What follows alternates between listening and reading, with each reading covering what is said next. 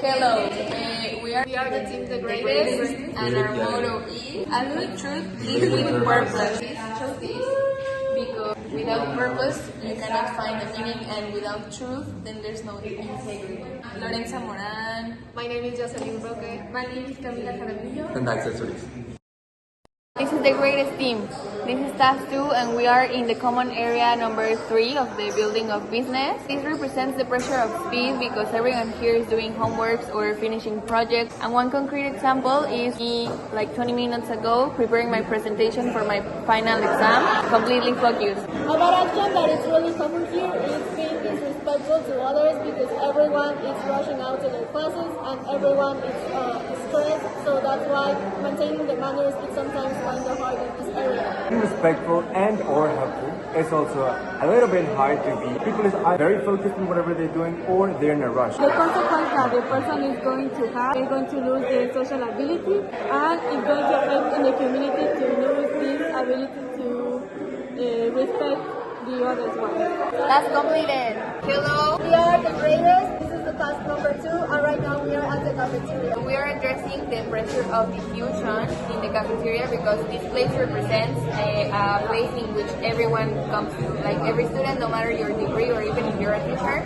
you're gonna be in the cafeteria. An example of something that actually happens to the day because of this pressure of everybody does it, so it's normal, could be vaping. Basically, this is a bad action that is common here because students in this area feel comfortable and they want to relieve their stress, so that's the reason why this is a perfect area for On the other hand, a good action that could become difficult could be Not being noisy, not being loud, and also respecting people's personal space becomes a little bit tricky. A consequence is going to affect their health, not only physical but also mental. It's going to affect the community in the long run because it's going to become something normal and everyone's going to be vaping.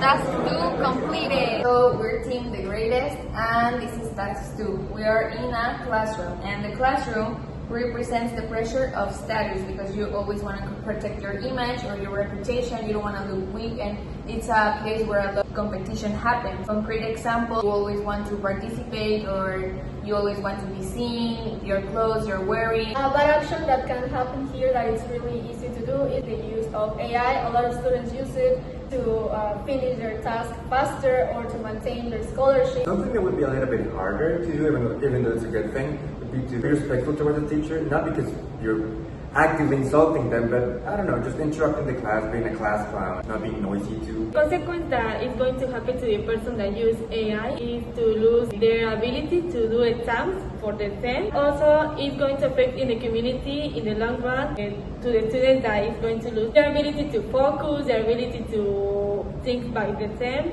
and the ability to develop more skills. Thank you. Task complete. Hello, this is Task 3. We are in the offices of Anahuac University. And we are The Greatest Team. We are The Greatest Team. Do we have your permission to record this interview? Yes, you do. Please. Thank you so much. This is teacher Renato. So the first question is, what example you personally try to live by as a teacher or professional, and especially when nobody is watching? Especially when nobody. Okay, first part. What's one ethical principle?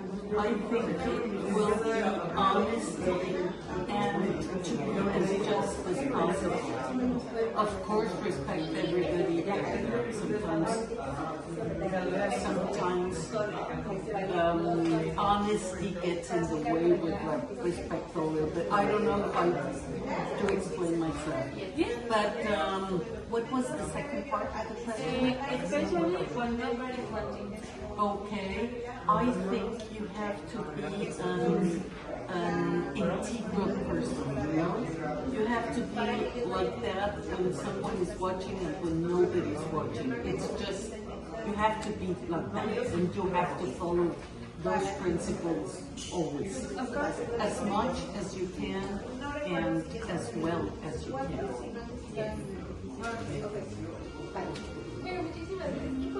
As a second question, what makes it hard to live by that principle? Oh my God, humanity. being a human being, because sometimes being a human being, we're not perfect. We're not perfect. And when I notice that maybe I'm not following the principle very well, I just try to go back and back on track. So do you have a trick for that? To actually stick to it, to your ideals, principles? A trick. Yes. What could be Like a a habit. trick? A habit to not break. I don't know. Maybe it is considering what I did, in specific situations. When I am not sure that I follow the principles, I consider it again and go over it and try to find out what would have been a better solution, a better attitude. Is that what you're asking? Is that Yes, thank you so much for participating and goodbye. They are the best. Hello, this is task number 3. This is Team the Greatest. We are in a classroom and we are with Professor Ken. ¿Tenemos su autorización para grabarlo? Sí. Muchas gracias. Por favor y gracias. Perfecto. Entonces, la primera pregunta sería, ¿cuál es un principio de ética que usted seguía para su vida? Y uno especialmente que es como que nadie lo ve. Un principio de ética para mí es la responsabilidad. Es un principio que pues tengo bastante marcado en mi vida. Llevo ya 10 años dando clases, entonces pues siempre está marcado la responsabilidad tanto para preparar las clases, dar las clases y pedir clases a mis alumnos. ¿Qué puede ser complicado en su vida poder seguir este principio? ¿Qué ha sido complicado? Seguir la responsabilidad. Sí. Digo, pues de repente brincarse las trancas, por así decirlo, hacerlo más sencillo algunas cosas, pero pues siempre dices tienes que actuar con responsabilidad, de actuar de una sola manera de lo que dices y haces. Entonces ha sido como de repente se llega a complicar, pero cuando tienes basadas tus valores bien puestos, no hay tanto problema. A ver, o sea, ¿tienes como algún truco, algún hábito para mantenerlos, para decir, no, quiero hacer, pues sabes qué? Algo que va incluso es para... Sí, yo manejo un concepto que se llama código de honor. El código de honor no es tanto un reglamento, sino son valores puestos en práctica. Eso lo aprendí hace muchísimos años. Y un código de honor es algo, son valores que yo mismo me exijo. Estoy de acuerdo con ese código y me formo, me conduzco bajo ese código. Una de ellas es, por ejemplo, la responsabilidad. Otro de ellos, por ejemplo, es la puntualidad. Trato de llegar siempre a mis actividades temprano. Cuando no puedo llegar temprano, aviso. O por ahí no llega temprano a las reuniones, pues yo le pregunto, ¿por qué no llegas temprano? Si quieres podemos mover la cita, porque creo que el tiempo es un valor muy apreciado por todos, ya sea por la responsabilidad. Entonces, para mí lo que me mantiene firme muchas cosas es precisamente ese código de honor que manejo. Muchísimas gracias. Bye. That's complete.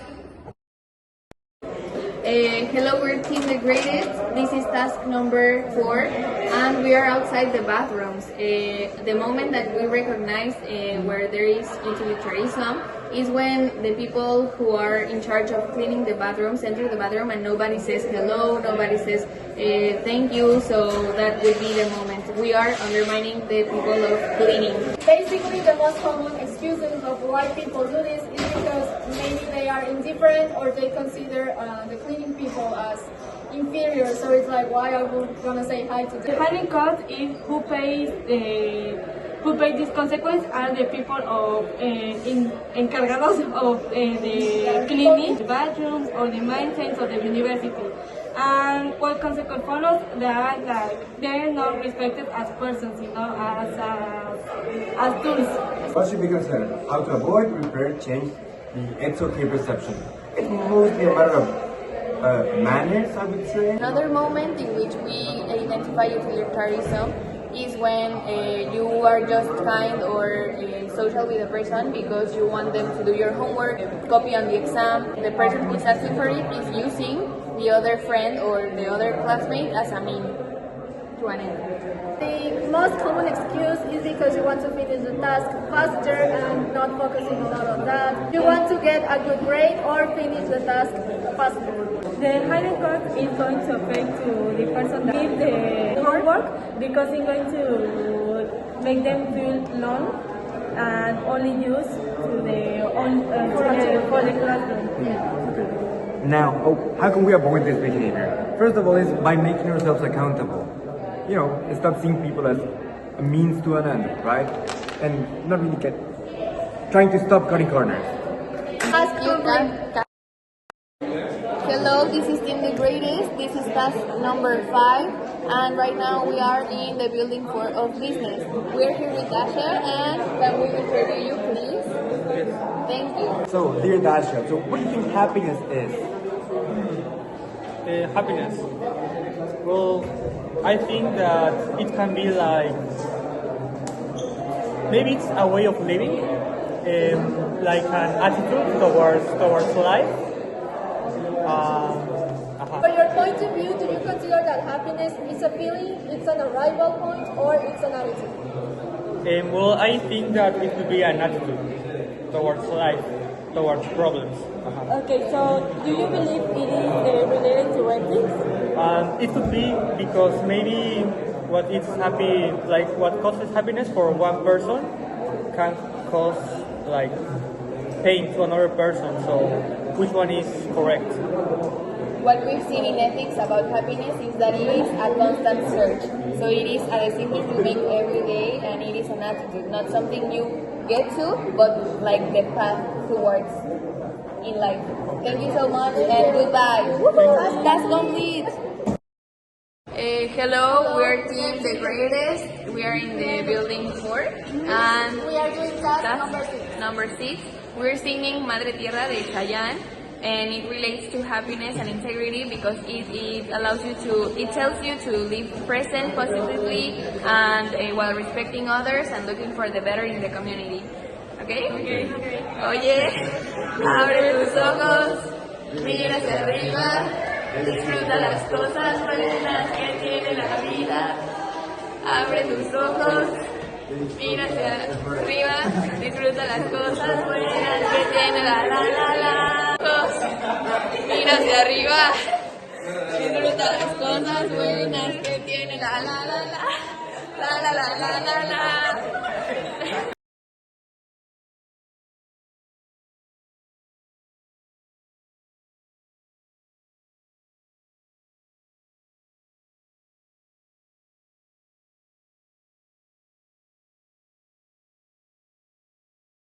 Oye, abre tus ojos. Well, it's most likely a thing. So my question is, what should the next I would say? Hello, we're doing our thank you, cast completed. See. Please, thank you, goodbye.